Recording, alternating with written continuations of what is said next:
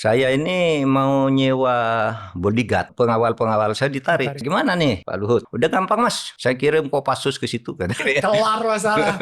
Kelar masalah. Waktu itu saya kan Ketua Mahkamah Konstitusi. Hmm. Itu saya punya 6 pengawal. Terus di rumah ada 4. Di kantor, di ruang kerja saya itu ada 2 yang jaga terus. Nah ketika kasus cicak buaya tuh tiba-tiba mereka ngundurkan diri semua. Ngundurkan diri itu kalau di TNI dan Polri berarti disersi Oke. atau disuruh. Ya. Nggak mungkin dia disersi. Ya, Ya kan, ya, pasti ya. disuruh, ditarik kan. Ya. Tapi di setiap institusi yang buruk tuh pasti ada orang baik juga. Dia yang memberitahu, Pak dilawan aja Pak itu dari polisi ini. Iya juga lawan Pak, saya tahu tuh rapat-rapatnya Bapak memang mau digitukan katanya. Wow. 2 yang saya lakukan. 1, saya telepon Pak SBY ketika itu dan Pak Joko Suyanto Menko Polhukamnya. Saya beritahu Pak, saya ini mau nyewa bodyguard, saya bilang swasta.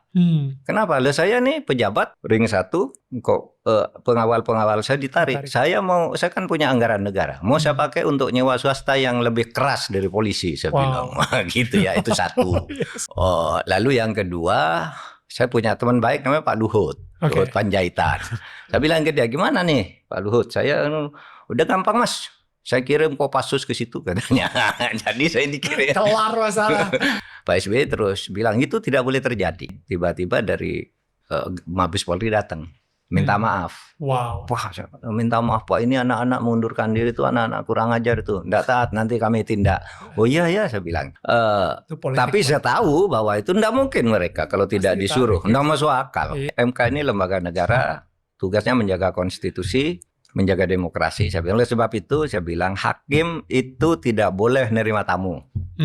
Yang kedua, hakim tidak boleh berkunjung ke ruangan hakim lain. Pokoknya pelajari perkara, nanti setiap ketemu di ruang sidang aja gitu. Nah di situ adu argumen kemudian. Nah kalau boleh saling kunjung gitu kan nanti ngerembuk, nanti pakai pasal ini ya, nanti pakai pasal gini. Ada yang mencoba, tapi akhirnya kan masuk juga kan, masuk ke kantor polisi juga pada waktu itu. Gak ada oposisi lagi gitu yang cukup kuat gitu. Iya. Bahaya nggak sih Pak? Bahaya. Karena itu kan ide seperti itu kan sudah digagas sebenarnya yang juga melalui berita-berita meluas tapi tidak pernah dibantah oleh yang bersangkutan, yaitu ini kan digarap oleh Jeffrey Giovanni. Nah dia yang menghendaki koalisi besar dan permanen sehingga negaranya stabil. Langkah-langkahnya kemudian ada bentuk KIM. Semula KIM kan, Kabinet Indonesia Maju itu hanya 4 partai. Lalu ada partai yang kalah bergabung ke situ sehingga menjadi plus. Ini kan enggak bagus bagi negara dan itu akan puluhan tahun kalau begitu nanti. Undang-undang tiba-tiba mau diubah kan. Aturannya merevisi undang-undang itu kan harus ada usul dulu, lalu ada pembahasan prolegnas, ya kan, uji publik, baru dibahas. Nah ini langsung. Tidak ada apa-apa. Lalu jawabannya, wah ini katanya ini kan 20 Januari tahun 2024 sudah masuk surat ini. Wow. Lalu saya bilang, berarti bohong dong. Karena 20 Januari 2024 belum ada kasus putusan MK. Ya kan ini putusan MK kan Agustus kok mundur ke Januari DIN-nya.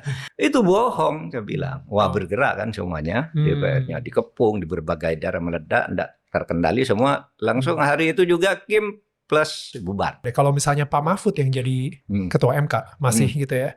Bakal ngelolosin Gibran nggak? Oh enggak bakal. Prosedurnya aja sudah salah. Jadi diajukan, karena mau kalah ditarik lagi. Pas di hari libur dimasukkan lagi dan diberi nomor di hari libur. Kan enggak boleh. Betul. MK itu bunyi undang-undangnya di hari kerja. Anda bisa baca bocor halus tuh operasi-operasinya pakai menteri segala itu untuk ngoperasi para hakim untuk apa. Ada dijanjiin apa yang tidak mau dikasih janji, diteror, mau diinikan dan sebagainya kan.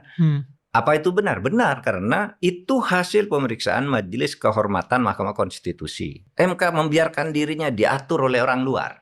Nah, kan gitu kan keputusannya kan. Dan siapa yang digunakan untuk ketuanya? Ini main-main dengan hukum. Bahaya loh. Mas Daniel beritahu nih ke pemirsa Anda semua ini. Sebuah negara kalau hukumnya dimain-mainkan itu akan hancur. Berpolitik, memperoleh kekuasaan, mengambil rezeki dari kekayaan negara itu hak dari kita semua. Karena dulu kita tahun 45 kita merdeka. Karena rezeki ini dimakan oleh penjajah. Mari kita atur bersama. Mau jadi penguasa, ayo kita atur. Rebut sebaik-baiknya rebut. Tetapi jangan merusak hukum. Karena Anda ngerebut kekuasaan, ngerebut rezeki, sumber daya alam dengan cara melawan hukum, itu hanya menyimpan kebusukan yang pada saatnya akan hancur sendiri. Misalnya begini, perdagangan bersifat terbuka. Indonesia buka semua. Orang luar masuk, eksplorasi dan eksploitasi sumber daya alam masuk semua, pekerja masuk, buah-buah masuk.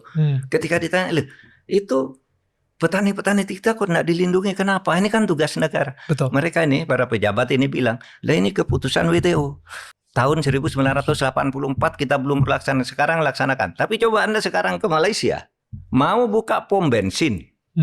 Pertamina gitu. Itu syaratnya harus menyediakan modal sekian yang nanti menghasilkan uang sekian, eksplorasinya sekian. Nah, kalau di kita gratis atas nama WTO. Sana ketika ditanya, "Lo Malaysia pernah ikut WTO?" Ikut. Karena di WTO itu kan ada asasnya ada 9. Misalnya di antara asas itu, satu asas perlindungan kepentingan bangsa. Ya. Yang kedua asas keterbukaan. Oke. Nah, Indonesia ini pakai yang keterbukaan. Kita ikut keterbukaan. Malaysia enggak, saya melindungi bangsa saya. Betul. Gitu kan. Nah, yang di sini tuh dijual lobby-lobby. Iya. Antar pembuat undang-undang, antar pejabat. Iya. Mau diubah enggak bisa. Nanti di lobby lagi. Mas Daniel, kita bisa kaya semua kalau ini diolah dengan benar nih. Aduh, negara-negara kecil kayak Singapura aja orang yang bisa kaya, Kuwait bisa kaya gitu ya, yang tidak punya apa-apa, Jepang gitu. Masa kita enggak bisa? Kita semuanya punya.